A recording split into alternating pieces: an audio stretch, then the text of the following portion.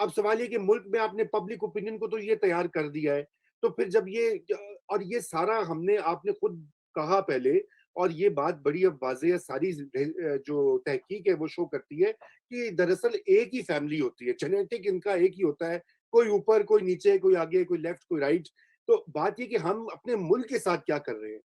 असल बात तो इस वक़्त ये है कि क्या पाकिस्तानीज़ जो हैं, वो इस पॉलिटिकल क्राइसिस जो एक वैक्यूम भी है हमारे मुल्क के अंदर, वो पाकिस्तानीज़ जो हैं वो कहाँ पे खड़े होंगे, और जब यहाँ पे टीटीपी मज़ीद अपने कदम जमाएगी खुदा ना ख़ास्ता, या आके रीग्रुप करती है, तो फिर हमारा क्या रिस्पॉन्स होगा? फिर वही धमाके और फिर वही दहशतगर्दी की लहर। देखिए, आप लोगों को याद होगा कि जब टीटीपी के खिलाफ हम जंग कर रहे थे, तो उस वक़्त ड्रोन्स इस्तेमाल हो रही थी अगेंस्ट तालिबान। कुछ होती थी अगेंस्ट द अफ़गान तालिबान जो यहाँ घुसपैठिए थे या जिनको यहाँ पनाह मिली हुई थी, कुछ हमारे टीटीपी वालों के खिलाफ होती थी। जी, और हमारा गवर्नमेंट का ये मौक़िफ़ था कि वी अपोज़ इट। हमने अमेरिका को प्रोटेस्ट किया, हमने ये किया, मगर वो आती जाती थी। अमेरिका का ये कहना था इन्होंने हमें आँख मार दी है, कि मारी जाओ ते टीटीपी को तो जितना मारना है मारें, वो दूसरों को ना इतना करें। क्योंकि वो ज़ाहिर है ऊपर से तो ये चाहते थे कि उनमें से कोई बच जाए ताकि आगे जाके कुछ असासे बन जाएँ अफ़गानिस्तान में। मगर अब भी सिचुएशन बड़ी इंटरेस्टिंग है। क्या तालिबान अब वही रोल अदा करेंगे अमेरिका के साथ जो कि पाकिस्तान ने अदा किया था? क्योंकि अब पाकिस्तान के तो टीटीपी था ना, तो अब तालिबान के आईएस और अल-कायदा है। तो क्या अब ये हम देखेंगे कि जी किसी न किसी स्टेज पे अगर ऐसे लगता है कि अल-कायदा और आईएस जो है या टीटीपी इन अफ़गानिस्तान ये ज़्यादा पावरफुल होते जा रहे हैं और तालिबान हुकूमत को खतरा है, तो क्या फिर हम ये देखेंगे कि ड्रोन्स आएँगी to protect the Taliban and to hit out at the enemies of the Taliban inside Afghanistan? तो और तालिबान जो है वो कहेंगे बड़ी ज़्यादती है, ये हम कंडेम करते हैं, ये स्ट्राइक आई है, फलानी जगह पे ये स्ट्राइक आई है, वहाँ ये हम कंडेम करते हैं ये। और वो क्या हो सकता है एक तरफ आँख भी मारी हो कि यार फारग करो इनको, ये हमें तंग कर रहे हैं। तो ये बहुत कुछ होने जा रहा है आगे। इसीलिए I think the most important thing that is happening is के टीटीपी और आईएस ने अपने पत्ते दिखा दिए हैं आपको कि हमने नहीं छोड़ना। हमने ये जो तालिबान रेजीम है, ये हमें नहीं कंस्ट्रेन कर सकती। हमने अपने ऑब्जेक्टिव्स और गोल्स चेंज नहीं किए। इन्होंने कर लिए होंगे, हमने नहीं किए, पहली मैं बात। दूसरी बात ये दूसरी तरफ से भी ये पहचान लिया है एक्सटेंडेड ट्रॉइका ने। पाकिस्तान ने भी पहचान लिया, सबसे बाद में पहचाना है, मगर रशिया ने सबसे पहले पहचाना था और चाइना ने अब पहचाना है और अमेरिका ने अब पहचान ली कि अब हमें एक मुश्तरका counter terrorism strategy to deal with Afghanistan करनी पड़ेगी।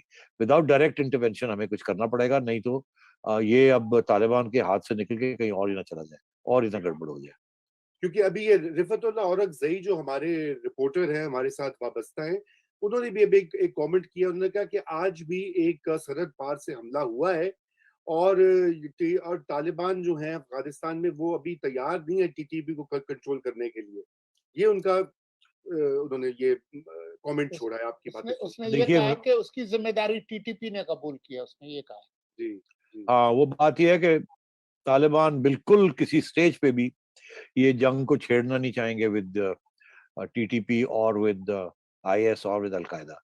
अलबत्ता अल-कायदा की कोशिश होगी कि तालिबान की हुकूमत जो है उसको बुरा दिखाया जाए अपनी अवाम के अंदर, अपने जेनेटिक स्टॉक के अंदर, उनकी रैंक एंड फाइल को उनसे अलग करने की कोशिश की जाए, डिजर्शंस करवाने की कोशिश की जाए और उनके जो तल्लुकात बनने जा रहे हैं ग्लोबल कम्युनिटी के साथ, रीजन्स के साथ और इंटरनेशनल कम्युनिटी के साथ, उन तल्लुकात को खराब करने की कोशिश की जाए। ये जो बम फटा है वहाँ this is purely aimed at that.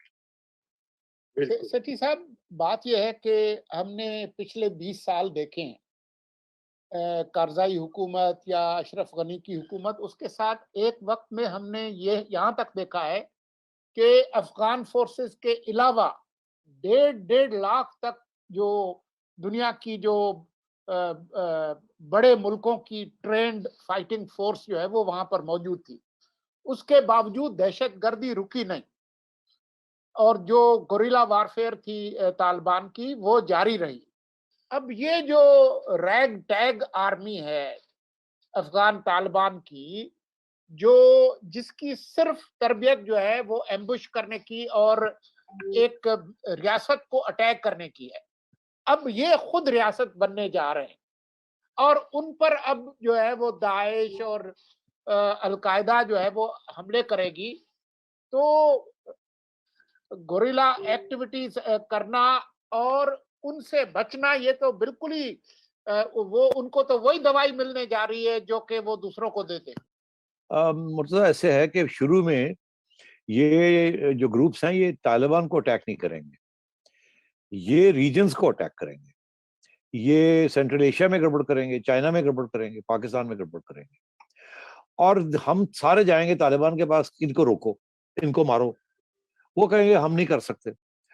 हम कहेंगे जी हमें करने दें, वो कहेंगे आपको भी नहीं करने दे सकते। और वो जितना वो करेंगे उतने वो बढ़ते जाएंगे।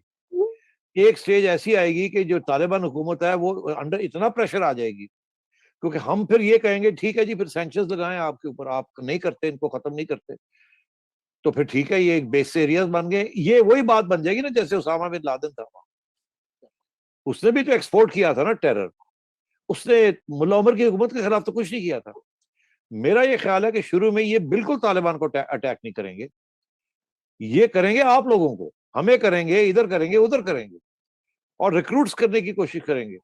और जो हुकूमत है तालिबान की उसके ऊपर उसके खिलाफ प्रोपेगेंडा करेंगे, मगर उसके खिलाफ बम बम नहीं फाड़ेंगे ये बिल्कुल। मगर ये है कि जब हमारे खिलाफ ये करेंगे और हम पीटेंगे, रोएंगे यार ये क्या हो रहा है। हमारी तो ये तवक्को थी कि इस किस्म की हुकूमत आएगी जो कि हमारा साथ देगी, ड्यूरेंट लाइन को भी शायद एक्सेप्ट कर ले और कोई नहीं इशू ना बनाए, और ये जो सारे बैठे हुए हैं हमारे हमें तंग कर रहे हैं उनको खत्म करे। मगर वो तो होने नहीं जा रहा।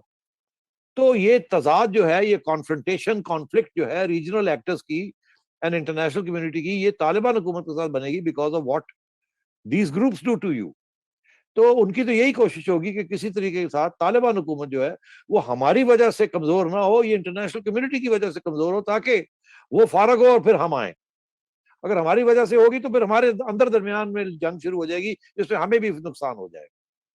बिल्कुल, बिल्कुल नुकसान। और ये जो पते की बात आपने वही कही है कि अब ये वो करेंगे जो कि हम पहले कर रहे थे 10 साल जिसमें गुजरे, और अब अफ़गान तालिबान की बारी है। मतलब कमाल रोल रिवर्सल्स यहाँ पे। बट सेठी साहब ये एक ऐसी चीज़ है कि मैं ये समझता हूँ कि इस पे, और मैं ये बड़ी नेक नियति से कह रहा हूँ कि इसके ऊपर हमारी सिविल और मिलिट्री एस्टेब्लिशमेंट दोनों जो हैं, उनको भी गौर करना चाहिए कि हमने क्या पाया और क्या खोया। ये पिछले 25, ठीक है अमेरिका और ग्लोबल पावर्स, सोवियत यूनियन ने जो किया, अमेरिका ने जो किया, लेकिन जो हमारी पॉलिसीज भी रही हैं, क्या वो शॉर्ट साइटेड नहीं रहीं? क्या उनमें आज भी हम कोर्स करेक्शन नहीं कर सकते? या अब ये हमने जो चीज़ अनलीश हो गई है, हम उसमें बस अब वी हैव नो एजेंसी? अब आगे बहुत मुश्किल हालात आ रहे हैं आपके लिए। अमेरिका बहुत दूर है, आप यहाँ हैं, आपके ऊपर प्रेशर आएगा, बहुत सख्त प्रेशर आएगा, और आपका दिल करेगा कि मदाखलत करें अफगानिस्तान के अंदर अपने आप को बचाने के लिए। करते हैं तो आप मरते हैं, नहीं करते तो आप मरते हैं।